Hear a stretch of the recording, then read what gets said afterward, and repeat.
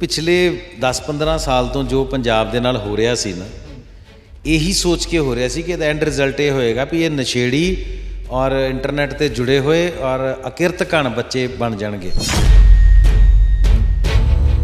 वो उन्होंने पूरा समा करके हुण अंदाज़ा लाना शुरू करता सी भी उजड़ गए विगड़ गए, इन्हां दे हुण पल्ले कख नहीं, खाली पीपे ने, खड़क गए ने अंदरों हुणे। वो पर बड़ा वड्डा भुलेखा निकलिया हुण ऐतकी। ਤੁਸੀਂ किसान ਨੂੰ ਬੇਹਿੰਮਤਾ ਬੇਤਾਕਤਾ ਸਮਝੀ ਜਾਂਦੇ ਹੋ, ਉਹ ਤੁਹਾਨੂੰ ਪਤਾ ਹੀ ਨਹੀਂ ਇਹਨਾਂ ਦਾ ਤਾਂ ਭੇੜ ਹੀ ਝੋਟਿਆਂ ਨਾਲ ਪੈਂਦਾ ਰਿਹਾ। ਸਾਡੇ ਤੇ ਪੰਜਾਬ 'ਚ ਖੇਡਾਂ ਹੁੰਦੀਆਂ ਨੇ ਵੀ ਇੱਕ ਪਾਸੇ ਟਰੈਕਟਰ ਲਾਇਆ ਜਾਂਦਾ, ਦੂਜੇ ਪਾਸੇ ਬੰਦੇ ਲਾਏ ਜਾਂਦੇ ਵੀ ਟਰੈਕਟਰ ਤਗੜਾ ਕਿ ਮੁੰਡੇ ਤਗੜੇ ਨੇ, ਮੁੰਡੇ ਟਰੈਕਟਰ ਧੂ ਕੇ ਲੈ ਜਾਂਦੇ ਨੇ। ਸ਼ੌਕ ਜਿਹੜੇ ਨੇ, ਖੁਆਇਸ਼ਾਂ ਜਿਹੜੀਆਂ ਨੇ ਉਹ ਪ੍ਰਬਲ ਹੋ ਗਈਆਂ, ਉੱਪਰ ਆ ਗਈਆਂ। ਪਰ ਜਦੋਂ ਤੁਸੀਂ ਕਿਸੇ ਦੀ ਆਤਮਾ ਨੂੰ, ਕਿਸੇ ਦੀ ਪ੍ਰਵਿਰਤੀ ਨੂੰ ਚੋਟ ਕਰੋਗੇ ਨਾ, ਉਹ ਇੱਕਦਮ ਫਿਰ ਫੰਡ ਖਿਲਾਰ ਕੇ ਖੜਾ ਹੋ ਜਾਏਗਾ ਵੀ ਕੌਣ ਹੈ।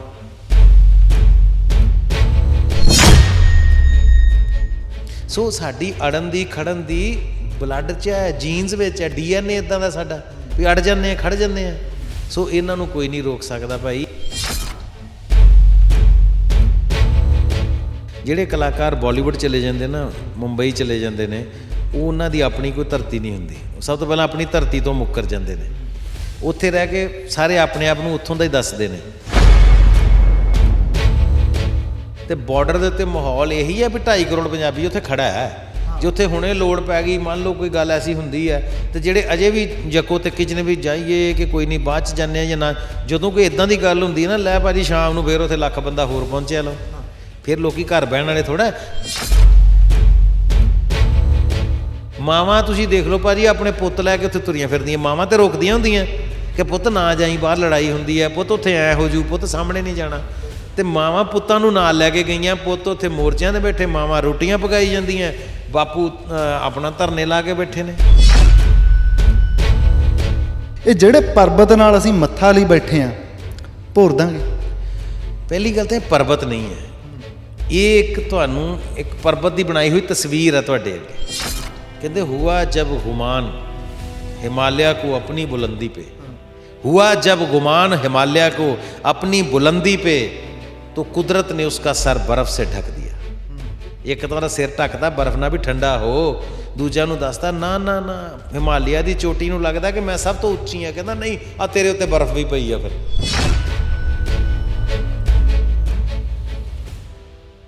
ਜੇ ਕੋਈ ਕਲਾਕਾਰ ਬਹੁਤ ਲੰਬੇ ਸਮੇਂ ਤੋਂ ਲੋਕਾਂ ਦੇ ਦਿਲਾਂ 'ਤੇ ਰਾਜ ਕਰ ਰਿਹਾ ਨਾ, ਸਮਝੋ ਯਾਰ ਉਹ ਲੋਕਾਂ ਨੂੰ ਸਮਝਦਾ, ਉਹ ਖਿੱਤੇ ਨੂੰ ਸਮਝਦਾ। ਅਤੇ ਮੇਰੇ ਨਾਲ ਗੁਰਪ੍ਰੀਤ ਘੁੱਗੀ ਨੇ ਬਹੁਤ ਲੰਬਾ ਸਮਾਂ ਹੋ ਗਿਆ ਪੂਰੇ ਪੰਜਾਬ ਦੇ ਵਿੱਚ ਕੰਮ ਕਰ ਰਹੇ ਆ, ਫਿਲਮਾਂ 'ਚ ਵੀ ਕੰਮ ਕਰਦੇ ਆ।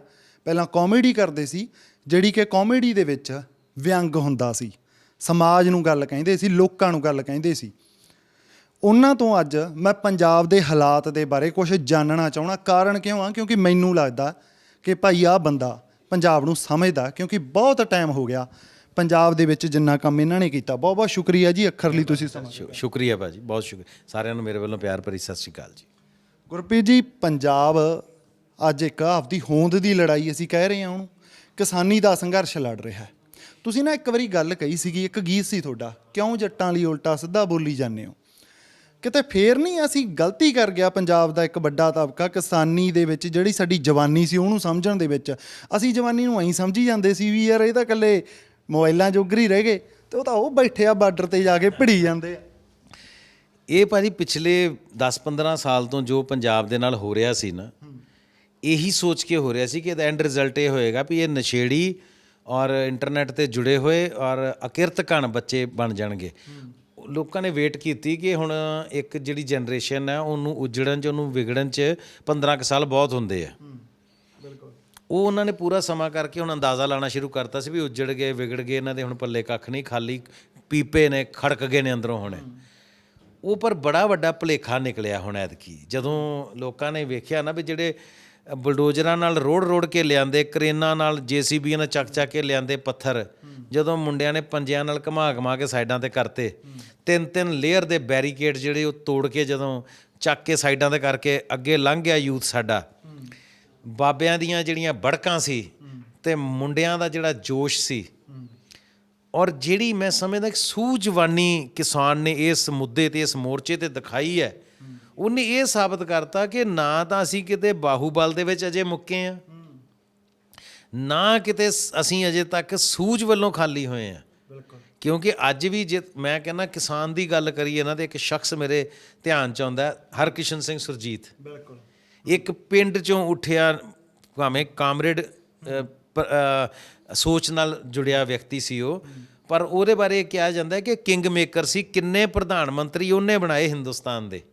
ਯਾਰ ਇੱਕ ਕਿਸਾਨ ਪ੍ਰਧਾਨ ਮੰਤਰੀ ਡਿਸਾਈਡ ਕਰਦਾ ਤੁਹਾਡੇ ਦੇਸ਼ ਦਾ ਕੌਣ ਬਣੇਗਾ, ਤੇ ਤੁਸੀਂ ਕਿਸਾਨ ਨੂੰ ਨਲਾਇਕ ਸਮਝੀ ਜਾਂਦੇ ਹੋ, ਅਨਪੜ੍ਹ ਸਮਝੀ ਜਾਂਦੇ ਹੋ, ਤੁਸੀਂ ਕਿਸਾਨ ਨੂੰ ਬੇਹਿੰਮਤਾ ਬੇਤਾਕਤਾ ਸਮਝੀ ਜਾਂਦੇ ਹੋ। ਉਹ ਤੁਹਾਨੂੰ ਪਤਾ ਹੀ ਨਹੀਂ, ਇਹਨਾਂ ਦਾ ਤਾਂ ਭੇੜ ਹੀ ਝੋਟਿਆਂ ਨਾਲ ਪੈਂਦਾ ਰਿਹਾ।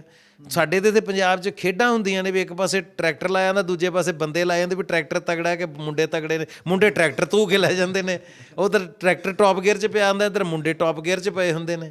ਇਹ ਤਾਂ ਕਬੱਡੀ ਅਸੀਂ ਸਾਡੇ ਪਿੰਡਾਂ ਦੀ ਖੇਡ ਆ, ਮਾਰ ਮਾਰ ਪੱਟਾਂ ਤੇ ਥਾਪੀਆਂ ਖੇਡਣ ਵਾਲੀ ਖੇਡ ਆ। ਅੱਜ ਅਸੀਂ ਇੱਥੇ ਏਸ਼ੀਅਨ ਗੇਮਾਂ 'ਚ ਕਬੱਡੀ ਸ਼ਾਮਲ ਹੋ ਗਈ। ਸੋ ਇਹ ਤਾਂ ਤੁਸੀਂ ਮਿਸ ਜੱਜ ਕਰ ਗਏ ਯੂਥ ਨੂੰ ਜਾਂ ਪੰਜਾਬ ਦੀ ਪ੍ਰਵਿਰਤੀ ਨੂੰ। ਮੈਂ ਤਾਕਤ ਨੂੰ ਵੀ ਨਹੀਂ ਕਹਿੰਦਾ, ਪੰਜਾਬ ਦੀ ਪ੍ਰਵਿਰਤੀ ਨੂੰ। ਮੈਂ ਇਸੇ ਤੇ ਆਉਣਾ। ਤੁਹਾਡਾ ਨਾ ਇੱਕ ਭਾਸ਼ਣ ਬਹੁਤ ਫੇਮਸ ਹੋਇਆ ਸੀ, ਤੁਸੀਂ ਸ਼ਾਇਦ ਕੈਨੇਡਾ ਦੇ ਕਿਸੇ ਸ਼ਹਿਰ 'ਚ ਦਿੱਤਾ ਸੀ। ਤੁਸੀਂ ਉਹ 'ਚ ਦੱਸਿਆ ਸੀ ਪੰਜਾਬ ਦੇ ਇਤਿਹਾਸ ਬਾਰੇ, ਬੰਦਾ ਸਿੰਘ ਬਹਾਦਰ ਦੀ ਉਦਾਹਰਨ ਦੇ ਕੇ ਤੁਸੀਂ ਪੂਰੇ ਪੰਜਾਬ ਨੂੰ ਸਮਝਾਇਆ ਸੀ।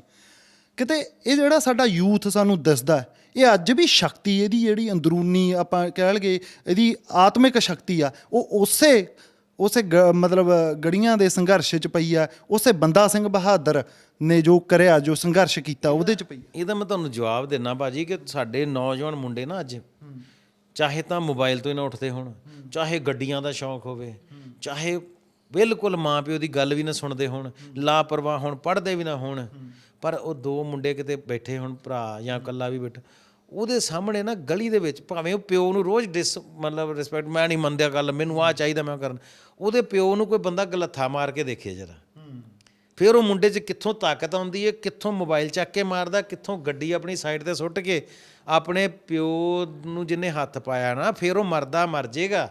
ਉਹ ਇਹ ਨਹੀਂ ਕਹੇਗਾ ਬਾਪੂ ਹੋ ਸਕਦਾ ਤੇਰੀ ਵੀ ਗਲਤੀ ਹੋਵੇ, ਉਹ ਕਹੇਗਾ ਵੀ ਜੰਮਿਆ ਕਿਹੜਾ ਮੇਰੇ ਪਿਓ ਵੱਲ ਦੇਖਣ ਵਾਲਾ। ਇਹ ਪ੍ਰਵਿਰਤੀ ਹੈ ਸਾਡੀ। ਹੁਣ ਮੁੰਡੇ ਆ ਜਿਹੜੇ ਫੈਲਸੂਫੀਆਂ 'ਚ ਪੈ ਗਏ ਨਾ, ਯੂਥ ਇੰਜੋਇਮੈਂਟ 'ਚ ਪੈ ਗਿਆ, ਪਰ ਉਹਦੇ ਅੰਦਰ ਪ੍ਰਵਿਰਤੀ ਥੋੜ੍ਹਾ ਮਰ ਗਈ ਹੈ। ਪ੍ਰਵਿਰਤੀ ਅੰਦਰ ਹੈ, ਸ਼ੌਕ ਜਿਹੜੇ ਨੇ, ਖੁਆਇਸ਼ਾਂ ਜਿਹੜੀਆਂ ਨੇ ਉਹ ਪ੍ਰਬਲ ਹੋ ਗਈਆਂ, ਉੱਪਰ ਆ ਗਈਆਂ। ਪਰ ਜਦੋਂ ਤੁਸੀਂ ਕਿਸੇ ਦੀ ਆਤਮਾ ਨੂੰ, ਕਿਸੇ ਦੀ ਪ੍ਰਵਿਰਤੀ ਨੂੰ ਚੋਟ ਕਰੋਗੇ ਨਾ, ਉਹ ਇੱਕਦਮ ਫਿਰ ਫਨ ਖਿਲਾਰ ਕੇ ਖੜਾ ਹੋ ਜਾਏਗਾ ਵੀ ਕੌਣ ਹੈ। ਸੋ ਇਹ ਨਿਆਣੇ ਸਾਡੇ ਅਵੇਸਲੇ ਹੋਏ ਪਏ ਨੇ, ਨਿਆਣੇ ਸਾਡੇ ਮੌਜਾਂ 'ਚ ਪਏ ਨੇ, ਮਸਤੀਆਂ 'ਚ ਪਏ ਹੋਏ ਨੇ, ਅਲੱਗ ਗੱਲ ਹੈ। ਪਰ ਇਹ ਨਾ ਸੋਚੋ ਕਿ ਜਿਹੜੇ ਅੰਦਰ ਖੂਨ 'ਚੋਂ ਵੀ ਕਦੇ ਕਿਸੇ ਦੇ ਜਿਹੜੇ ਅੰਦਰ ਸਾਡੇ ਮੈਂ ਸਮਝਦਾ ਕਿ DNA ਸਾਡਾ ਉਹ ਥੋੜ੍ਹੀ ਮਰ ਜਾਂਦਾ ਹੁੰਦਾ ਕਿਸੇ ਦਾ। ਹਰਮਨ ਕਹਿੰਦਾ, ਇੱਕ ਨਾ ਉਹਦੀ ਕਿਤਾਬ ਦੀ ਮੈਂ ਜ਼ਿਕਰ ਕਰਦਾ, ਉਹ ਕਹਿੰਦਾ ਵੀ ਕਿਸੇ ਦਾ ਪਿਆਰ ਪਾਵਨ ਨੂੰ ਭਲਾ ਕੋਈ ਕੀ ਨਹੀਂ ਕਰਦਾ, ਉਹ ਪਰਬਤ ਭੋਰ ਦਿੰਦਾ ਹੈ, ਉਹ ਰੀਝਾਂ ਹੀ ਨਹੀਂ ਕਰਦਾ। ਇਹ ਜਿਹੜੇ ਪਰਬਤ ਨਾਲ ਅਸੀਂ ਮੱਥਾ ਲਈ ਬੈਠੇ ਹਾਂ, ਭੋਰ ਦਾਂਗੇ। ਪਹਿਲੀ ਗੱਲ ਤਾਂ ਇਹ ਪਰਬਤ ਨਹੀਂ ਹੈ, ਇਹ ਇੱਕ ਤੁਹਾਨੂੰ ਇੱਕ ਪਰਬਤ ਦੀ ਬਣਾਈ ਹੋਈ ਤਸਵੀਰ ਹੈ ਤੁਹਾਡੇ ਅੱਗੇ। ਤੁਸੀਂ ਇਹਨੂੰ ਇਲੂਜ਼ਨ ਨੂੰ ਪਰਬਤ ਸਮਝ ਰਹੇ ਹੋ, ਇਹ ਤੁਹਾਡੇ ਅੱਗੇ ਇਲੂਜ਼ਨ ਕ੍ਰੀਏਟ ਕੀਤਾ ਗਿਆ। ਆਪਾਂ ਫਿਲਮਾਂ ਦੇ ਬੰਦੇ ਆ ਨਾ, ਤੁਸੀਂ ਸਕਰੀਨ ਤੇ ਜੋ ਦੇਖਦੇ ਹੋ ਉਹ ਹੁੰਦਾ ਨਹੀਂ, ਹੈ ਨਾ। ਅਸੀਂ ਕਈ ਵਾਰੀ ਐਡਾ ਵੱਡਾ ਉਹਨੂੰ ਸਮੁੰਦਰ ਦਿਖਾ ਦਿੰਦੇ ਆ, ਪਰ ਜਦੋਂ ਕੈਮਰਾ ਜ਼ੂਮ ਆਊਟ ਹੁੰਦਾ ਉਦੋਂ ਪਤਾ ਲੱਗਦਾ ਛੱਪੜ ਹੀ ਸੀਗਾ। ਉਹਦੇ 'ਚ ਕਿੱਦਾਂ ਹੱਥ ਮਾਰ ਮਾਰ ਕੇ ਲਹਿਰਾਂ ਸਾਈਡਾਂ ਤੋਂ ਸਾਡੇ ਸਪੌਟ ਬੁਆਏ ਵਿਚਾਰੇ ਜਾਂ ਸੈਟਿੰਗ ਵਾਲੇ ਲਹਿਰਾਂ ਕ੍ਰੀਏਟ ਕਰ ਰਹੇ ਸੀ, ਪਰ ਫਿਲਮ ਦੇ ਵਿੱਚ ਜਦੋਂ ਸੀਨ ਆਉਂਦਾ ਬੰਦਾ ਸਮੁੰਦਰ 'ਚ ਹੈ ਨਾ ਟੱਪ ਰਿਹਾ, ਅਸਲ 'ਚ ਉਹ ਹੈ ਵੀ 3 ਫੁੱਟ 4 ਫੁੱਟ ਡੂੰਘਾ ਹੀ ਗੋਡਿਆਂ ਭਾਰ ਬੈਠਾ ਹੈ ਕਰੀ ਜਾਂਦਾ ਬੰਦਾ। ਉਹ ਇਲੂਜ਼ਨ ਕ੍ਰੀਏਟ ਕਰਨਾ ਹੁੰਦਾ, ਮਤਲਬ ਲੋਕਾਂ ਨੂੰ ਜੋ ਫਰੇਮ 'ਚ ਦਿਖਾਇਆ ਜਾ ਰਿਹਾ। ਸੋ ਮੈਨੂੰ ਇਹ ਪਰਬਤ ਨਹੀਂ ਲੱਗਦਾ, ਇਹ ਦੱਬਦੇ ਨੂੰ ਦਬਾਉਣ ਵਾਲੀ ਗੱਲ ਹੈ।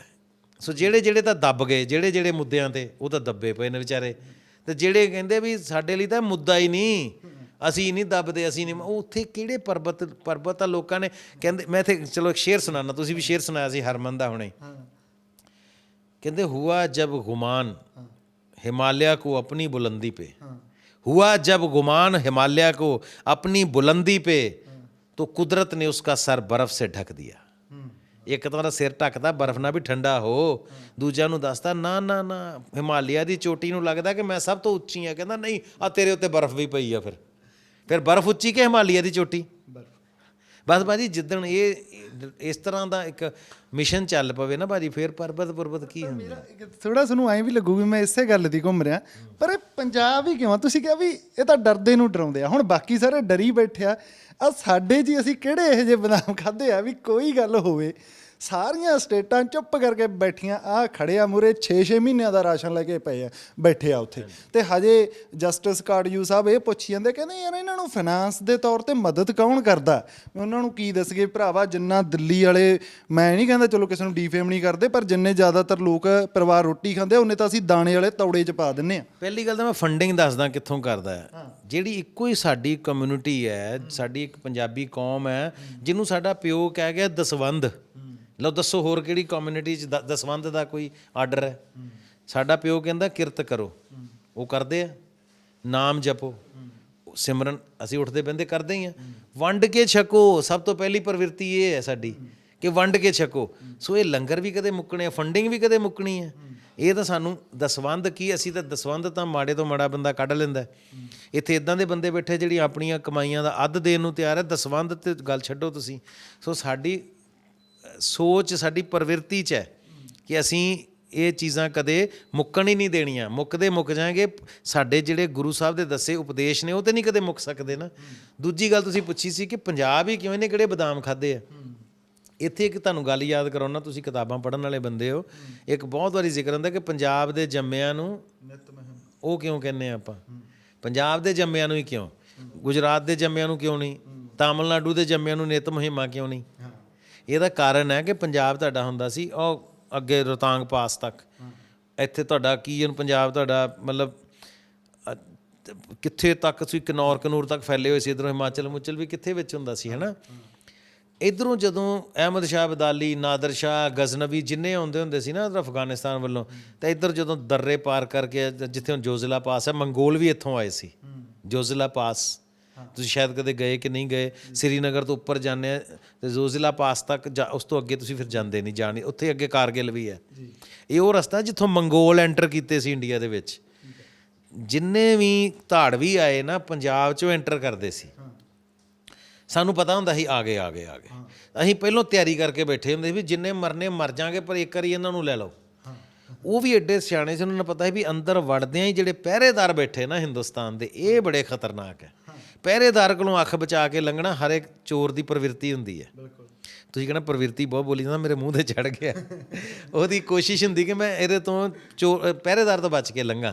ਸੋ ਪੰਜਾਬ ਪਹਿਰੇਦਾਰ ਸੀ। ਆਉਂਦਿਆਂ ਹੀ ਪਹਿਲੀ ਮਾਰ ਪੰਜਾਬ ਨੂੰ ਪੈਂਦੀ ਸੀ। ਅਤੇ ਉਹ ਕੀ ਕਰਦੇ ਸੀ ਕਿ ਇੱਥੇ ਲੜਨਾ ਨਹੀਂ ਸੀ ਚਾਹੁੰਦੇ, ਉਹ ਬਚ ਕੇ ਨਿਕਲਣ ਦੀ ਕੋਸ਼ਿਸ਼ ਕਰਦੇ। ਜਾਂਦੇ ਲੜਦੇ ਨਿਕਲ ਜਾਂਦੇ ਸੀ ਵੀ ਥੋੜ੍ਹੇ ਬਹੁਤੇ ਸਾਡਾ ਨੁਕਸਾਨ ਹੋ ਗਿਆ, ਥੋੜ੍ਹਾ ਬਹੁਤਾ ਉਹਨਾਂ ਦਾ, ਅੱਗੇ ਨਿਕਲ ਜਾਓ। ਅੱਗੇ ਫਿਰ ਉਹਨਾਂ ਲਈ ਗਰਾਊਂਡ ਹੁੰਦੀ ਸੀ ਵੀ ਇੱਥੇ ਫੁੱਟਬਾਲ ਖੇਡੋ ਹੁਣ ਜਿਹੜੀ ਖੇਡਣੀ ਹੈ।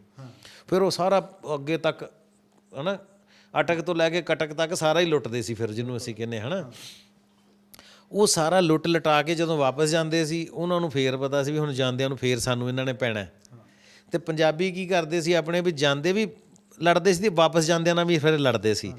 ਸੋ ਅਸੀਂ ਮਾਰ ਇੰਨੀ ਖਾ ਚੁੱਕੇ ਹਾਂ, ਕੁੱਟ ਇੰਨੀ ਖਾ ਚੁੱਕੇ ਹਾਂ, ਸਾਡਾ ਉਹ ਡਰ ਹੀ ਲੱਥ ਗਿਆ ਹੋਇਆ ਕੁੱਟ ਖਾਣ ਵਾਲਾ। ਸਾਨੂੰ ਤਾਂ ਨਾਦਰ ਸ਼ਾਹ ਕੁੱਟ ਗਿਆ, ਸਾਨੂੰ ਗਜ਼ਨਵੀ ਕੁੱਟ ਗਿਆ, ਅਸੀਂ ਉਹਨੂੰ ਕੁੱਟ ਲਿਆ। ਸਿਕੰਦਰ ਸਾਡੀ ਦੁਨੀਆ ਘੁਮਾਉਂਦਾ ਪੰਜਾਬ 'ਚ ਆਇਆ, ਪੋਰਸ ਅੱਗੇ ਖੜ੍ਹ ਗਿਆ, ਕਹਿੰਦਾ ਲੰਘ ਕੇ ਦਿਖਾ ਕਿੱਦਾਂ ਲੰਘਦਾ। ਉਹ ਕਹਿੰਦਾ ਯਾਰ ਇਹ ਕੌਣ ਬੰਦਾ, ਪਰ ਉਹ ਰਾਜਾ ਪੋਰਸ ਸੀ ਪੰਜਾਬ ਦਾ। ਸੋ ਸਾਡੀ ਅੜਨ ਦੀ ਖੜਨ ਦੀ ਬਲੱਡ 'ਚ ਹੈ, ਜੀਨਸ ਵਿੱਚ ਹੈ, DNA ਇੱਦਾਂ ਦਾ ਸਾਡਾ ਵੀ ਅੜ ਜਾਂਦੇ ਹਾਂ, ਖੜ੍ਹ ਜਾਂਦੇ ਹਾਂ। ਸੋ ਇਹਨਾਂ ਨੂੰ ਕੋਈ ਨਹੀਂ ਰੋਕ ਸਕਦਾ ਭਾਈ। ਇਹ ਤਾਂ ਵਾਪਸ ਜਾਂਦੇ ਵੀ ਜੋ ਲੁੱਟਿਆ ਜਾਂਦਾ ਸੀ ਉਹਨਾਂ ਤੋਂ ਵੀ ਲੁੱਟ ਲੈਂਦੇ ਹੁੰਦੇ ਸੀ। ਜੋ ਹਿੰਦੁਸਤਾਨ 'ਚੋਂ ਲੁੱਟ ਕੇ ਜਾ ਰਹੇ ਸੀ ਉਹਨਾਂ ਦਾ ਵਿਚਾਰਿਆਂ ਦਾ ਸਮਾਨ ਵੀ ਲੁੱਟਿਆ ਜਾਂਦਾ ਸੀ ਇੱਥੇ। ਇੱਕ ਪਾਸੇ ਪੰਜਾਬ ਦੇ ਕਲਾਕਾਰ ਲਾਈਨ ਯਾਦ ਨਾ, ਕਹਿੰਦੇ ਖਾਧਾ ਪੀਤਾ ਲਾਹੇ ਦਾ, ਬਾਕੀ ਨਾਦਰ ਸ਼ਾਹੇ ਦਾ, ਜਾਂ ਅਹਿਮਦ ਸ਼ਾਹੇ ਦਾ ਕਹਿ ਦਿੰਦੇ, ਬਾਕੀ ਅਹਿਮਦ ਸ਼ਾਹੇ ਦਾ। ਉਹ ਇਸੇ ਕਰਕੇ ਹੁੰਦਾ ਸੀ ਵੀ ਸਾਡੇ ਲੋਕਾਂ ਨੂੰ ਪਤਾ ਸੀ ਵੀ ਖਾ ਪੀ ਲਓ, ਮੌਜਾਂ ਕਰ ਲਓ, ਜਾਂਦੇ ਨੇ ਇਹਨੇ ਲੁੱਟਦੇ ਜਾਣਾ, ਜੋ ਬਚ ਗਿਆ ਉਹ ਆਪਣਾ, ਜੋ ਲੈ ਗਿਆ, ਪਰ ਇਹਦੇ ਨਾਲ ਲੜੋ, ਅੱਗੋਂ ਭਿੜੋ। ਇੱਕ ਪੱਤਰਕਾਰ ਆ ਭਾਰਤ ਦੇ ਬਹੁਤ ਵੱਡੇ, ਰਵੀਸ਼ ਕੁਮਾਰ। ਹਾਂਜੀ। ਉਹਨਾਂ ਦਾ ਇੱਕ ਮੈਂ ਫੇਸਬੁੱਕ ਪੋਸਟ ਪੜ੍ਹ ਰਿਹਾ ਸੀ। ਉਹ ਕਹਿੰਦਾ ਯਾਰ ਬਾਲੀਵੁੱਡ ਵਾਲਿਆਂ ਨੂੰ ਨਾ ਪੰਜਾਬ ਦੇ ਕਲਾਕਾਰਾਂ ਤੋਂ ਸਿੱਖਣਾ ਚਾਹੀਦਾ ਵੀ ਜਦੋਂ ਗੱਲ ਹੱਕ ਦੀ ਹੋਵੇ, ਜਿਹੜੀ ਸਟੇਟ ਹੈ, ਜਿਹੜੀ ਥਾਂ ਤੋਂ ਤੁਸੀਂ ਰੋਟੀ ਖਾ ਰਹੇ ਹੋ, ਜਿਹੜੇ ਲੋਕਾਂ ਨੇ ਤੁਹਾਨੂੰ ਸੁਪਰਸਟਾਰ ਮੈਗਾ ਸਟਾਰ ਬਣਾਇਆ, ਅਤੇ ਉਹਨਾਂ ਦੇ ਹੱਕ ਦੇ ਵਿੱਚ ਖੜਨਾ ਕਿਵੇਂ ਆ। ਪੰਜਾਬ ਦੇ ਕਲਾਕਾਰਾਂ ਨੇ, ਜਿਵੇਂ ਅਸੀਂ ਆਹ ਗੀਤ ਵੀ ਇਸ ਮੌਕੇ ਦੇ ਉੱਤੇ ਦੇਖੇ, ਇਸ ਚੀਜ਼ ਨੇ ਵੀ ਕੋਈ ਪੋਜ਼ੀਟਿਵ ਇੰਪੈਕਟ ਪਾਇਆ ਇਸ ਅੰਦੋਲਨ ਦੇ ਉੱਤੇ? ਹਾਂ ਬਿਲਕੁਲ ਪਾਇਆ ਭਾਜੀ। ਪਹਿਲੀ ਗੱਲ ਤਾਂ ਰਵੀਸ਼ ਜੀ ਨੇ ਜਿਹੜੀ ਗੱਲ ਕਹੀ ਹੈ ਨਾ, ਉਹਦੇ ਵਿੱਚ ਤੁਸੀਂ ਦੇਖੋ ਕਿ ਜਿਹੜੇ ਕਲਾਕਾਰ ਬਾਲੀਵੁੱਡ ਚਲੇ ਜਾਂਦੇ ਨਾ, ਮੁੰਬਈ ਚਲੇ ਜਾਂਦੇ ਨੇ, ਉਹ ਉਹਨਾਂ ਦੀ ਆਪਣੀ ਕੋਈ ਧਰਤੀ ਨਹੀਂ ਹੁੰਦੀ। ਉਹ ਸਭ ਤੋਂ ਪਹਿਲਾਂ ਆਪਣੀ ਧਰਤੀ ਤੋਂ ਮੁੱਕਰ ਜਾਂਦੇ ਨੇ, ਉੱਥੇ ਰਹਿ ਕੇ ਸਾਰੇ ਆਪਣੇ ਆਪ ਨੂੰ ਉੱਥੋਂ ਦਾ ਹੀ ਦੱਸਦੇ ਨੇ। ਬਹੁਤ ਘੱਟ ਕਲਾਕਾਰ ਨੇ ਜਿਹਨੇ ਕਦੀ ਪ੍ਰਾਊਡਲੀ ਕਿਹਾ ਹੋਵੇ ਮੈਂ ਤਾਮਿਲਨਾਡੂ ਦਾ, ਮੈਨੂੰ ਬੜਾ ਮਾਣ ਹੈ ਮੈਂ ਤਾਮਿਲਨਾਡੂ ਦਾ ਵਾਂ। ਕਿਸੇ ਨੇ ਬੜੇ ਮਾਣ ਨਾਲ ਕਿਹਾ ਹੋਵੇ ਕਿ ਮੈਂ ਤਾਂ ਰਾਜਸਥਾਨ ਦਾ ਵਾਂ। ਸਾਰੇ ਆਪਣੀ ਆਪਣੀ ਆਈਡੈਂਟੀਟੀ ਛੁਪਾਉਣ 'ਚ ਲੱਗ ਜਾਂਦੇ ਨੇ, ਸਗੋਂ ਕਿ ਸਾਨੂੰ ਉੱਥੋਂ ਦਾ ਨਾ ਸਮਝਿਆ ਜਾਵੇ। ਇੱਦਾਂ ਹੀ ਪੰਜਾਬ ਦੇ ਵੀ ਬਹੁਤ ਸਾਰੇ ਕਲਾਕਾਰ ਐਸੇ ਨੇ ਜਿਨ੍ਹਾਂ ਨੇ ਉੱਥੇ ਜਾ ਕੇ ਕਦੇ ਪੰਜਾਬ ਦੀ ਸਾਰ ਹੀ ਨਹੀਂ ਲਈ, ਪੰਜਾਬ ਦਾ ਨਾਂ ਨਹੀਂ ਲਿਆ। ਜਦ ਤੱਕ ਪੰਜਾਬ ਐਡੇ ਵੱਡੇ ਲੈਵਲ 'ਤੇ ਨਹੀਂ ਆ ਗਿਆ, ਹੁਣ ਉਹ ਦੱਸਣ 'ਚ ਮਾਣ ਮਹਿਸੂਸ ਕਰਦੇ ਨੇ ਅਸੀਂ ਪੰਜਾਬੀ ਹਾਂ, ਪਰ ਕਦੇ ਉਹ ਛੁਪਾਉਂਦੇ ਰਹੇ ਨੇ ਕਿ ਅਸੀਂ ਪੰਜਾਬੀ ਹਾਂ। ਠੀਕ ਹੈ, ਇਸ ਕਰਕੇ ਉਹਨਾਂ ਤੋਂ ਉਮੀਦ ਨਹੀਂ ਕਰਨੀ ਚਾਹੀਦੀ। ਪਰ ਜੇ ਤੁਸੀਂ ਇੱਧਰ ਪੰਜਾਬ ਦੇ ਕਲਾਕਾਰਾਂ ਦੀ ਗੱਲ ਕਰੋ ਤਾਂ ਇੱਕ ਪਿੱਛੇ ਜੇ ਵਖਰੇਵਾਂ ਆ ਗਿਆ ਸੀ, ਲੋਕਾਂ ਨੂੰ ਨਾਰਾਜ਼ਗੀਆਂ ਹੋ ਗਈਆਂ ਸੀ ਕਲਾਕਾਰਾਂ ਨਾਲ। ਕਲਾਕਾਰ ਆਈਸੋਲੇਟਡ ਜੇ ਫੀਲ ਕਰਦੇ ਸੀ ਸੋਸ਼ਲੀ, ਕਮਰਸ਼ਲੀ ਤਾਂ ਬਹੁਤ ਕੰਮ ਕਰ ਰਹੇ ਸੀ ਉਹ, ਲੋਕਾਂ ਨੂੰ ਵੀ ਲੱਗਦਾ ਸੀ ਇਹ ਹੋਰ ਕੋਈ ਪਲੈਨਟ ਦੇ ਬੰਦੇ ਨੇ, ਸਾਡੇ ਨਾਲ ਦੇ ਨਹੀਂ ਹੈਗੇ। ਕਲਾਕਾਰਾਂ ਨੂੰ ਲੱਗਦਾ ਸੀ ਯਾਰ ਇਹ ਕਿਹੜੇ ਕਿੱਥੋਂ ਦੇ ਲੋਕ ਨੇ। ਪਰ ਇਸ ਕਿਸਾਨੀ ਮੂਵਮੈਂਟ ਨੇ ਇੱਕ ਉਹ ਵਖਰੇਵਾਂ ਵੀ ਖਤਮ ਕਰਤਾ, ਦੱਸਤਾ ਕਿ ਅਸੀਂ ਲੈ ਦੇ ਕੇ ਇਕੱਠੇ ਹੀ ਹਾਂ। ਆਪਣੇ ਆਪਣੇ ਕਸਬ ਅਲੱਗ ਨੇ, ਕਾਰੋਬਾਰ ਅਲੱਗ ਨੇ, ਰਸਤੇ ਅਲੱਗ ਨੇ, ਤਰੀਕੇ ਅਲੱਗ ਨੇ, ਪਰ ਜਦੋਂ ਕਿਸੇ ਇੱਕ ਮੁੱਦੇ 'ਤੇ ਗੱਲ ਆ ਜਾਏਗੀ ਤਾਂ ਅਸੀਂ ਸਾਰੇ ਇੱਕ ਸਟੈਂਡ 'ਤੇ, ਇੱਕ ਮੁੱਦੇ 'ਤੇ ਅਸੀਂ ਇਕੱਠੇ ਹੀ ਹਾਂ ਸਾਰੇ। ਸੋ ਇਹ ਪੋਜ਼ਿਟਿਵ ਇੰਪੈਕਟ ਸੀਗਾ, ਪੋਜ਼ਿਟਿਵ ਬੜਾ ਵੱਡਾ। ਤੇ ਗੀਤਾਂ ਵਗੈਰਾ ਨੇ ਉਹਨਾਂ ਨੇ ਵੀ ਹੁਣ ਮਤਲਬ ਕਿਹੜੇ ਕਲਾਕਾਰ ਹੋਣਗੇ ਜਿਹੜੇ ਕੰਮ ਛੱਡ ਕੇ, ਮਤਲਬ ਮੈਂ ਤਾਂ ਇਹ ਵੀ ਮੰਨਦਾ ਕਿ ਜੇ ਕੋਈ ਪੰਜਾਬ 'ਚ ਵੀ ਆ, ਮਜਬੂਰੀਆਂ ਹੋ ਸਕਦੀਆਂ ਕਿਸੇ ਦੀਆਂ, ਕਿਸੇ ਦਾ ਪਰਿਵਾਰ 'ਚ ਹੁਣ ਜੇ ਕੋਈ ਇਕੱਲਾ ਹੈਗਾ ਉਹ ਨਹੀਂ ਜਾ ਸਕਦਾ, ਇਹ ਇੱਕ ਦੱਸਦਾ। ਪਰ ਅਸੀਂ ਹਰ ਬੰਦਾ ਨਾ ਆਪਦੇ ਢੰਗ ਦੇ ਨਾਲ ਉਹ ਤੋਂ ਜਿੰਨਾ ਵੀ ਯੋਗਦਾਨ ਪੈਂਦਾ ਉਹ ਐ ਨਾਲ ਖੜਾ, ਐਂ ਲੱਗਦਾ ਵੀ ਦਿੱਲੀ ਤੇ ਉਹ ਪੂਰਾ 2.5-3 ਕਰੋੜ ਪੰਜਾਬੀ ਆ ਕੇ ਜਿਵੇਂ ਖੜਾ। ਉਹ ਇਹੀ ਆ ਤੁਹਾਡੀ ਗੱਲ ਬੜੀ ਸਮਝ ਲਓ ਤੁਸੀਂ, ਸਾਰੇ ਹੀ ਸਮਝ ਲੈਣ ਕਿ ਜੇ ਕੋਈ ਇੱਥੇ ਕਿਤੇ ਬੈਠਾ ਨਹੀਂ ਵੀ ਜਾ ਪਾਇਆ ਨਾ, ਤੇ ਬਾਰਡਰ ਦੇ ਉੱਤੇ ਮਾਹੌਲ ਇਹੀ ਹੈ ਵੀ 2.5 ਕਰੋੜ ਪੰਜਾਬੀ ਉੱਥੇ ਖੜਾ ਹੈ। ਜੇ ਉੱਥੇ ਹੁਣੇ ਲੋੜ ਪੈ ਗਈ, ਮੰਨ ਲਓ ਕੋਈ ਗੱਲ ਐਸੀ ਹੁੰਦੀ ਹੈ, ਤੇ ਜਿਹੜੇ ਅਜੇ ਵੀ ਜੱਕੋ ਤੱਕੀ 'ਚ ਨੇ ਵੀ ਜਾਈਏ ਕਿ ਕੋਈ ਨਹੀਂ ਬਾਅਦ 'ਚ ਜਾਂਦੇ ਹਾਂ ਜਾਂ ਨਾ, ਜਦੋਂ ਕੋਈ ਇਦਾਂ ਦੀ ਗੱਲ ਹੁੰਦੀ ਹੈ ਨਾ, ਲੈ ਭਾਜੀ ਸ਼ਾਮ ਨੂੰ ਫਿਰ ਉੱਥੇ ਲੱਖ ਬੰਦਾ ਹੋਰ ਪਹੁੰਚਿਆ ਲਓ। ਫਿਰ ਲੋਕੀ ਘਰ ਬਹਿਣ ਵਾਲੇ ਥੋੜ੍ਹਾ, ਤੁਹਾਨੂੰ ਇਹ ਪਤਾ ਹੁੰਦਾ ਵੀ ਇੱਥੇ ਕਿੰਨੇ ਕੁ ਨਾਲ ਇਸ ਵੇਲੇ ਕੀ ਸਰਦਾ ਪਿਆ, ਆਪਣਾ ਮਾਹੌਲ ਸਹੀ ਬਣਿਆ ਹੋਇਆ, ਇੰਨੇ ਕੁ ਨਾਲ ਠੀਕ ਹੈ। ਜੇ ਕੱਲ੍ਹ ਨੂੰ ਲੋੜ ਪੈ ਗਈ ਤੇ ਘਰ ਬੈਠਣ ਵਾਲੇ ਆ ਯਾਰ, ਕੌਣ ਆਪਣੇ ਬੱਚੇ ਘਰ ਰੱਖ ਲੂ। ਮਾਵਾਂ ਤੁਸੀਂ ਦੇਖ ਲਓ ਭਾਜੀ, ਆਪਣੇ ਪੁੱਤ ਲੈ ਕੇ ਉੱਥੇ ਤੁਰੀਆਂ ਫਿਰਦੀਆਂ, ਮਾਵਾਂ ਤੇ ਰੋਕਦੀਆਂ ਹੁੰਦੀਆਂ ਕਿ ਪੁੱਤ ਨਾ ਜਾਈ, ਬਾਹਰ ਲੜਾਈ ਹੁੰਦੀ ਹੈ, ਪੁੱਤ ਉੱਥੇ ਐਂ ਹੋ ਜੂ, ਪੁੱਤ ਸਾਹਮਣੇ ਨਹੀਂ ਜਾਣਾ। ਤੇ ਮਾਵਾਂ ਪੁੱਤਾਂ ਨੂੰ ਨਾਲ ਲੈ ਕੇ ਗਈਆਂ, ਪੁੱਤ ਉੱਥੇ ਮੋਰਚਿਆਂ 'ਤੇ ਬੈਠੇ, ਮਾਵਾਂ ਰੋਟੀਆਂ ਪਕਾਈ ਜਾਂਦੀਆਂ, ਬਾਪੂ ਆਪਣਾ ਧਰਨੇ ਲਾ ਕੇ ਬੈਠੇ ਨੇ। ਅੱਛਾ, ਮੈਂ ਹੁਣ ਸਰਕਾਰ ਦਾ ਇੱਕ ਲੌਜਿਕ ਆ, ਉਹ ਕਹਿੰਦੇ ਯਾਰ ਇਹ ਸੰਸਦ 'ਚੋਂ ਪਾਸ ਹੋਇਆ ਵਾ ਕਾਨੂੰਨ ਹੈ, ਸੰਸਦ ਲੋਕਾਂ ਨੇ ਚੁਣ ਕੇ ਭੇਜਿਆ ਉਹ ਲੋਕ, ਮਤਲਬ ਸਰਕਾਰ ਨੂੰ ਬਹੁਮਤ ਮਿਲਿਆ, ਕੋਈ ਇੱਥੇ ਤਾਨਾਸ਼ਾਹੀ ਥੋੜ੍ਹੀ ਆ। ਉਹ ਕਹਿੰਦੇ ਜਦੋਂ ਸੰਸਦ ਨੇ ਪਾਸ ਕਰਤਾ ਹੁਣ ਉਹਦਾ ਵਿਰੋਧ ਕਿਉਂ? ਸੰਸਦ ਦਾ ਮਤਲਬ ਇਹ ਨਹੀਂ ਹੁੰਦਾ ਕਿ ਜੇ ਸੰਸਦ ਚੁਣੀ ਹੋਈ ਇੱਕ ਹੈਗੀ ਹੈ ਤੇ ਉਹ ਫਿਰ ਉਹਦਾ ਰਵੱਈਆ ਤਾਨਾਸ਼ਾਹੀ ਹੋਵੇ। ਸੰਸਦ ਤਾਨਾਸ਼ਾਹ ਨਹੀਂ ਹੈਗੀ, ਸੰਸਦ ਇੱਕ ਲੋਕਤੰਤਰਿਕ ਬੋਡੀ ਹੈ। ਪਰ ਜੇ ਰਵੱਈਆ ਤਾਨਾਸ਼ਾਹੀ ਅਪਣਾ ਲਵੇ ਤਾਂ, ਜਿੱਦਾਂ ਹੁਣ ਥਾਣੇਦਾਰ ਹੈ ਪੁਲਿਸ ਦੇ ਵਿੱਚ, ਉਹਦਾ ਕੰਮ ਤੁਹਾਨੂੰ ਅੱਛੀ ਪੁਲਿਸਿੰਗ ਦੇਣਾ, ਪਰ ਜੇ ਉਹ ਤਾਨਾਸ਼ਾਹੀ ਰਵੱਈਆ ਅਪਣਾ ਲਵੇ, ਹੈ ਤਾਂ ਥਾਣੇਦਾਰ ਹੀ ਹੈ ਪਰ ਉਹਦੀ ਵਰਕਿੰਗ ਗਲਤ ਹੋ ਗਈ ਨਾ। ਪਾਰਲੀਮੈਂਟ ਦੇ ਵਿੱਚ ਜਿਹੜੇ ਬੈਠੇ ਨੇ ਸਾਡੇ ਚੁਣ ਕੇ ਭੇਜੇ ਹੋਏ ਨੁਮਾਇੰਦੇ ਨੇ, ਪਰ ਉਹ ਵਰਕਿੰਗ ਜੇ ਰੋਂਗ ਕਰਨਗੇ ਲੋਕੀ ਇਤਰਾਜ਼ ਕਰਨਗੇ। ਉਹਨਾਂ ਨੂੰ ਜੇ ਕਿਸਾਨਾਂ ਵਾਸਤੇ ਕੋਈ, ਮੰਨ ਲਓ ਫਿਲਮ ਇੰਡਸਟਰੀ ਹੈ ਸਾਡੀ, ਸਾਡਾ ਹੀ ਭਲਾ ਕਰਨਾ ਹੋਵੇ, ਪਰ ਸਾਨੂੰ ਪੁੱਛਿਆ ਹੀ ਨਾ ਜਾਵੇ ਕਿ ਤੁਹਾਡੇ ਇਸ਼ੂਜ਼ ਕੀ ਨੇ, ਤੁਹਾਨੂੰ ਚਾਹੀਦਾ ਕੀ ਹੈ, ਕਿਹੜੀਆਂ ਚੀਜ਼ਾਂ ਠੀਕ ਹੋਣੀਆਂ ਚਾਹੀਦੀਆਂ, ਕਿਹੜੀਆਂ ਗਲਤ ਹੋਣੀਆਂ ਚਾਹੀਦੀਆਂ, ਐਕਸਪਰਟਸ ਤੋਂ ਰਾਏ ਨਾ ਲਈ ਜਾਵੇ, ਤੇ ਆਪਣੇ ਆਪ ਕਾਨੂੰਨ ਬਣਾ ਕੇ ਅਸੀਂ ਵੀ ਕਹਾਂਗੇ ਯਾਰ ਆਹ ਤਾਂ ਬੜੀ ਗਲਤ ਚੀਜ਼ ਪੇਸ਼ ਕਰਤੀ ਸਾਡੇ ਲਈ, ਸਾਡਾ ਦੀ ਇੰਡਸਟਰੀ ਬਰਬਾਦ ਹੋ ਗਈ। ਕਿਸਾਨ ਇੱਕ ਧੰਦਾ ਨਹੀਂ ਹੈ। ਕਿਸਾਨ, ਅਸੀਂ ਹਿੰਦੁਸਤਾਨ ਨੂੰ ਕੀ ਕਹਿੰਦੇ ਹਾਂ? ਹਿੰਦੁਸਤਾਨ ਕ੍ਰਿਸ਼ੀ ਪ੍ਰਧਾਨ ਦੇਸ਼ ਹੈ। ਹੁਣ ਤੱਕ ਤਾਂ ਇਹੀ ਪੜ੍ਹੇ ਆ ਕਿਤਾਬਾਂ 'ਚ, ਹਿੰਦੀ 'ਚ ਇਹੀ ਕਹਿੰਦੇ ਆ ਨਾ, ਮੈਂ ਪੰਜਾਬੀ ਦੀ ਗੱਲ ਛੱਡੋ, ਕਿ ਭਾਰਤ ਇੱਕ ਕ੍ਰਿਸ਼ੀ ਪ੍ਰਧਾਨ ਦੇਸ਼ ਹੈ। ਕ੍ਰਿਸ਼ੀ ਪ੍ਰਧਾਨ ਦੇਸ਼ ਦੇ ਵਿੱਚ ਤੁਸੀਂ ਕ੍ਰਿਸ਼ੀ ਦੇ ਸੰਬੰਧੀ ਔਰ ਕਾਸ਼ਤਕਾਰ ਕਿਸਾਨ ਦੇ ਸੰਬੰਧੀ ਫੈਸਲੇ ਲੈ ਰਹੇ ਹੋ, ਕਾਨੂੰਨ ਬਣਾ ਰਹੇ ਹੋ, ਉਹਦੀ ਤੁਸੀਂ ਗੱਲ ਸੁਣਨਾ ਕਿਉਂ ਨਹੀਂ ਬਿਹਤਰ ਸਮਝਦੇ? ਉਹਦੀ ਰਾਏ ਲੈਣਾ ਵੀ ਤੁਸੀਂ ਇੰਪੋਰਟੈਂਟ ਨਹੀਂ ਸਮਝਦੇ? ਫਿਰ ਉਸ ਤੋਂ ਬਾਅਦ ਬਿੱਲ ਲਾਗੂ ਕਰਨ ਤੋਂ ਬਾਅਦ ਵੀ ਉਹਦਾ ਰਿਐਕਸ਼ਨ ਨਹੀਂ ਲੈਣਾ ਚਾਹੁੰਦੇ। ਬਿੱਲ ਬਣ ਗਏ, ਉਸ ਤੋਂ ਬਾਅਦ ਰਿਐਕਸ਼ਨ ਲੈ ਲਓ, ਫਿਰ ਕਹਿ ਦਿਓ ਅੱਛਾ ਆਹ ਤੁਹਾਡੀ ਪ੍ਰੋਬਲਮ ਸੀ, ਚਲੋ ਆਪਾਂ ਬਿੱਲ ਅਮੈਂਡ ਕਰ ਦਿੰਦੇ ਹਾਂ। ਕਿਹੜਾ ਬਿੱਲ ਹੈ ਜਿਹੜਾ ਅਮੈਂਡ ਨਹੀਂ ਹੋ ਸਕਦਾ? ਸੋ ਤੁਸੀਂ ਅਮੈਂਡਮੈਂਟ ਵੀ ਨਹੀਂ ਕਰਨਾ ਚਾਹ ਰਹੇ, 3 ਮਹੀਨੇ ਐਡਾਮੈਂਟ ਜ਼ਰੂਰ ਹੋ ਤੁਸੀਂ।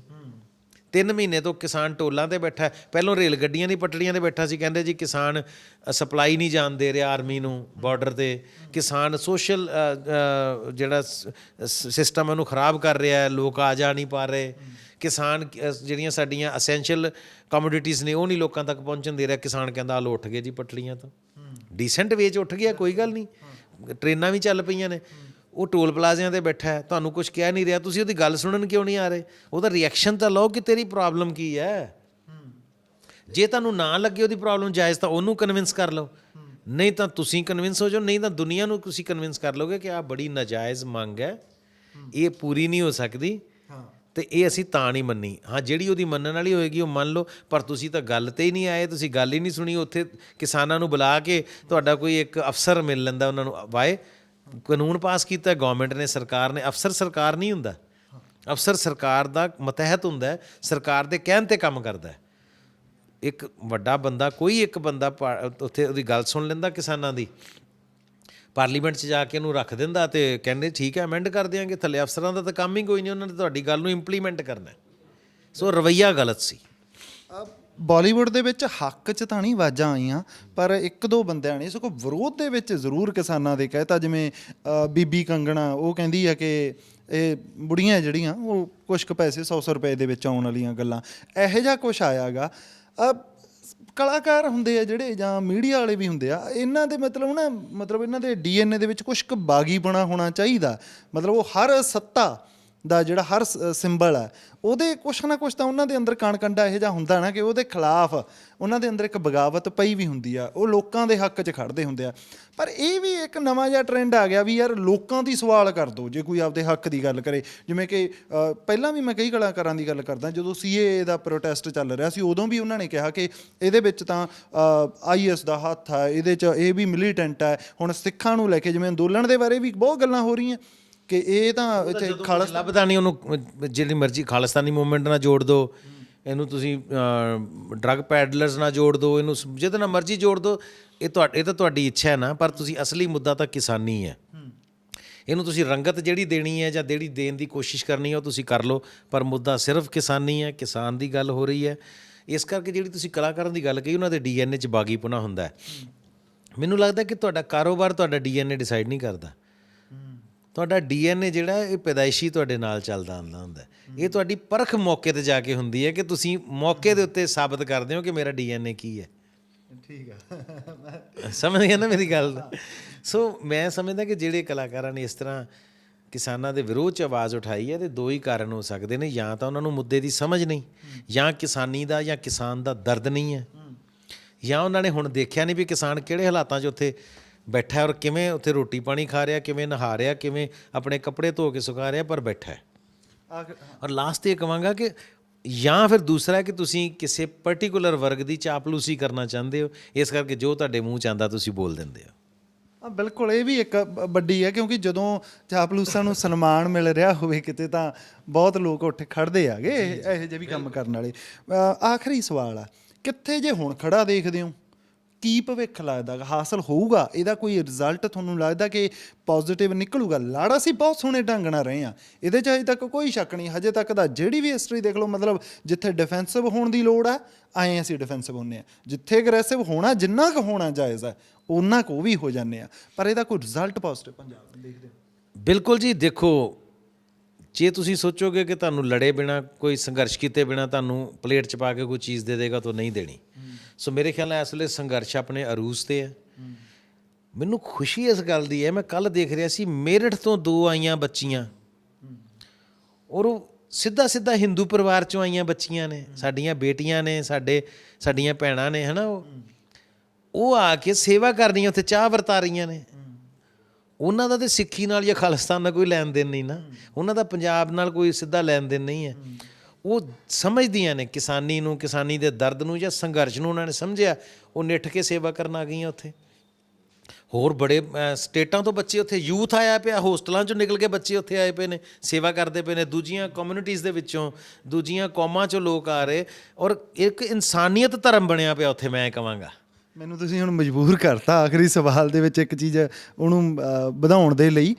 ਪੰਜਾਬ ਦੇ ਵਿੱਚ ਵੀ ਇਹ ਕਾਰਡ ਖੇਡਿਆ ਗਿਆ ਸੀ ਥੋੜ੍ਹਾ ਜਿਹਾ ਹਲਕੇ ਰੂਪ ਦੇ ਵਿੱਚ। ਕਦੇ ਜੱਟ ਵਰਸਸ ਦਲਿਤ ਕਰਨ ਦੀ ਕੋਸ਼ਿਸ਼ ਕਰੀ ਗਈ, ਕਦੇ ਸਿੱਖ ਵਰਸਸ ਹਿੰਦੂ ਕਰਨ ਦੀ ਕੋਸ਼ਿਸ਼ ਕਰੀ ਗਈ, ਪਰ ਪੰਜਾਬ ਨੇ ਤਾਂ ਨਾ ਜਿਵੇਂ ਲਾ ਕੇ ਪਰੇ ਸੱਟਦੀ ਹੁੰਦੀ ਹੈ ਗੱਲ, ਐਂ ਸੱਟਦੀ। ਪੰਜਾਬ ਤਾਂ ਇਸ ਮੁੱਦਿਆਂ ਤੋਂ ਉੱਪਰ ਉੱਠ ਚੁੱਕਾ ਹੈ। ਪੰਜਾਬ 'ਚ ਜੋ ਹੋਣਾ ਸੀ ਹੋ ਚੁੱਕਾ। ਪੰਜਾਬ ਬੜੀ ਮਾਰ ਖਾ ਚੁੱਕਾ ਹੈ। ਤੁਸੀਂ ਜਿਹੜੀ ਬਿਲਕੁਲ ਗੱਲ ਕਹੀ, ਅੱਜ ਤੋਂ ਕੋਈ 10-12 ਸਾਲ ਪਹਿਲਾਂ ਜੱਟ ਦਲਿਤ ਲੜਾਈ ਕਰਾਉਣ ਦੀ ਕੋਸ਼ਿਸ਼ ਕੀਤੀ ਗਈ ਸੀ, ਕਿਤੇ ਨਹੀਂ ਕੁਛ ਹੋਇਆ। ਉਦੋਂ ਪੰਜਾਬ 'ਚ 3 4 5 ਦਿਨ ਮਾਹੌਲ ਖਰਾਬ ਰਹੇ, ਬਾਅਦ 'ਚ ਫਿਰ ਸਾਰੇ ਇਕੱਠੇ ਉੱਥੇ ਪਿੰਡਾਂ ਦੇ ਵਿੱਚ, ਫਿਰ ਕਦੇ ਇੱਕਾ ਦੁੱਕਾ ਵਾਰਦਾਤਾਂ ਕਰਾ ਕੇ ਨਿੱਕੇ ਮੋਟੇ ਪੰਜਾਬ 'ਚ ਹਾਲਾਤ ਖਰਾਬ ਕਰਾ ਕੇ ਕੋਸ਼ਿਸ਼ ਕੀਤੀ ਗਈ ਕਿ ਦੁਬਾਰਾ ਪੰਜਾਬ ਦਾ ਜਿਹੜਾ ਮਾਹੌਲ ਖਰਾਬ ਕੀਤਾ ਜਾਵੇ, ਨਹੀਂ ਹੋਇਆ। ਔਰ ਕਦੀ ਇੱਥੇ ਦੇਖਿਆ ਕਿ ਪਰਸਨਲੀ ਕਿਸੇ ਇੱਕ ਕਮਿਊਨਿਟੀ ਨੂੰ ਟਾਰਗੇਟ ਕਰਕੇ ਕਿਲਿੰਗਸ ਵੀ ਇੱਕ ਦੋ ਹੋਈਆਂ, ਹੈ ਨਾ। ਉਹਦਾ ਮਤਲਬ ਇਹ ਸੀ ਕਿ ਕੋਈ ਕਿਲਿੰਗ ਕਰੇ, ਕੋਈ ਬਦਨਾਮ ਹੋਵੇ, ਤੇ ਫਿਰ ਇੱਕ ਉਹ ਸੰਘਰਸ਼ ਦੁਬਾਰਾ ਸ਼ੁਰੂ ਹੋਵੇ ਪੰਜਾਬ 'ਚ ਜਿਹੜਾ ਪਹਿਲਾਂ ਚੱਲਿਆ ਸੀ। ਪੰਜਾਬ ਦਾ ਹਿੰਦੂ, ਪੰਜਾਬ ਦਾ ਸਿੱਖ, ਮੁਸਲਮਾਨ ਸਭ ਇੰਨੇ ਕੁ ਸਮਝਦਾਰ ਹੋ ਚੁੱਕੇ ਨੇ, ਇਹ ਨਹੀਂ ਆਪਸ 'ਚ ਲੜਨਾ ਚਾਹੁੰਦੇ। ਮਤਲਬ ਮੀਡੀਆ ਨੇ ਵੀ ਕਈ ਥਾਵਾਂ 'ਤੇ ਜ਼ੋਰ ਲਾ ਕੇ ਦੇਖ ਲਿਆ, ਪਰ ਲੋਕਾਂ ਦੀ ਇਹ ਦਾਲ ਉਹਨਾਂ ਦੀ ਗਲਣ ਨਹੀਂ ਦਿੱਤੀ। ਸੋ ਮੈਨੂੰ ਲੱਗਦਾ ਕਿ ਅੱਜ ਜੇ ਕਿਸੇ ਨੇ ਸੈਕੂਲਰਿਜ਼ਮ ਦੇਖਣਾ ਹੋਵੇ ਤਾਂ ਸਭ ਤੋਂ ਵੱਡੀ ਐਗਜ਼ਾਮਪਲ ਪੰਜਾਬ ਦੇ ਵਿੱਚ। ਅਸੀਂ ਲੋਕ ਜਿੰਨੀ ਇੱਕ ਦੂਜੇ ਨਾਲ ਨਿੱਘ ਦੇ ਨਾਲ ਰਹਿ ਰਹੇ ਹਾਂ, ਇੱਥੇ ਤੁਸੀਂ ਕਦੇ ਹਿੰਦੂ ਸਿੱਖ ਨਹੀਂ ਹੁਣ ਸੁਣਿਆ ਹੋਏਗਾ ਦੰਗਾ, ਤੁਸੀਂ ਹਿੰਦੂ ਮੁਸਲਮਾਨ ਪੰਜਾਬ 'ਚ ਨਹੀਂ ਹੁੰਦਾ, ਮੁਸਲਮਾਨ ਸਿੱਖ ਦੰਗਾ ਨਹੀਂ ਹੁੰਦਾ ਪੰਜਾਬ 'ਚ। ਸੋ ਮੇਰਾ ਅਸੀਂ ਤਾਂ ਇਸ ਚੀਜ਼ ਤੋਂ ਨਿਰਲੇਪ ਹੋ ਕੇ ਅੱਗੇ ਨਿਕਲ ਚੁੱਕੇ ਹਾਂ।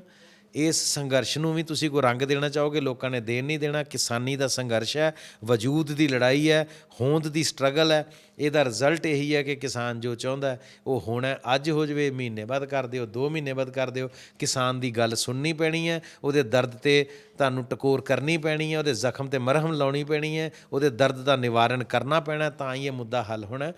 ਕੁਛ ਗੱਲਾਂ ਕਿਸਾਨ ਦੀਆਂ ਜਾਇਜ਼ ਹੋਣਗੀਆਂ, ਤੁਹਾਨੂੰ ਮੰਨਣੀਆਂ ਪੈਣੀਆਂ। ਜਿਹੜੀਆਂ ਉਹਨੂੰ ਤੁਹਾਡੀਆਂ ਚੰਗੀਆਂ ਗੱਲਾਂ ਨਹੀਂ ਸਮਝ ਆ ਰਹੀਆਂ ਹੋਣਗੀਆਂ, ਉਹ ਵੀ ਤੁਹਾਨੂੰ ਸਮਝਾਉਣੀਆਂ ਪੈਣੀਆਂ। ਗੱਲ ਤਾਂ ਮੁੱਕਣੀ ਹੈ। ਅੱਖਰ ਦੇ ਨਾਲ ਗੱਲਬਾਤ ਕਰਨ ਦੇ ਲਈ ਬਹੁਤ ਬਹੁਤ ਧੰਨਵਾਦ। ਬਹੁਤ ਸ਼ੁਕਰੀਆ ਜੀ, ਮਿਹਰਬਾਨੀ ਤੁਹਾਡੀ।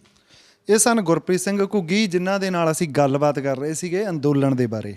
ਸੋ ਫਿਲਹਾਲ ਸਾਨੂੰ ਲੱਗਦਾ ਸਾਰਿਆਂ ਨੂੰ ਕਿ ਦਿੱਲੀ ਦੇ ਵਿੱਚ ਕਿਸਾਨਾਂ ਤੇ ਸਰਕਾਰ ਦੇ ਵਿੱਚ ਇੱਕ ਗੇਰ ਜਿਹਾ ਜਿਹੜਾ ਅੜਿਆ ਪਿਆ, ਪਰ ਪੰਜਾਬੀ ਛੇਤੀ ਹੀ, ਉਮੀਦ ਆ ਸਾਰਿਆਂ ਨੂੰ, ਆਸਾਂ ਨੂੰ ਬੂਰ ਪਵੇ, ਇਹ ਗੱਲ ਸੱਚੀ ਹੋਵੇ, ਛੇਤੀ ਹੀ ਉਹ ਹਾਸਲ ਕਰਨ ਜਿਹਦੇ ਲਈ ਉਹ ਘਰ-ਬਾਰ ਛੱਡ ਕੇ ਉਹ ਠੰਡ ਦੇ ਵਿੱਚ, ਜਿੱਥੇ ਉਹਨਾਂ ਨੂੰ ਆਰਾਮ ਦੇ ਨਾਲ ਆਪਦੇ ਪਰਿਵਾਰ ਦੇ ਵਿੱਚ ਬੈਠੇ ਹੋਣਾ ਚਾਹੀਦਾ ਸੀ, ਆਪਦੇ ਖੇਤਾਂ ਦੇ ਵਿੱਚ ਹੋਣਾ ਚਾਹੀਦਾ ਸੀ, ਉਹ ਦਿੱਲੀ ਦੀਆਂ ਸੜਕਾਂ ਤੇ ਬੈਠੇ ਆ। ਉਹਨਾਂ ਦਾ ਉਹ ਮਸਲਾ ਹੱਲ ਹੋਵੇ। ਤੁਹਾਡਾ ਬਹੁਤ ਬਹੁਤ ਸ਼ੁਕਰੀਆ, ਤੁਸੀਂ ਇਸ ਵੀਡੀਓ ਦਾ ਹਿੱਸਾ ਬਣੇ।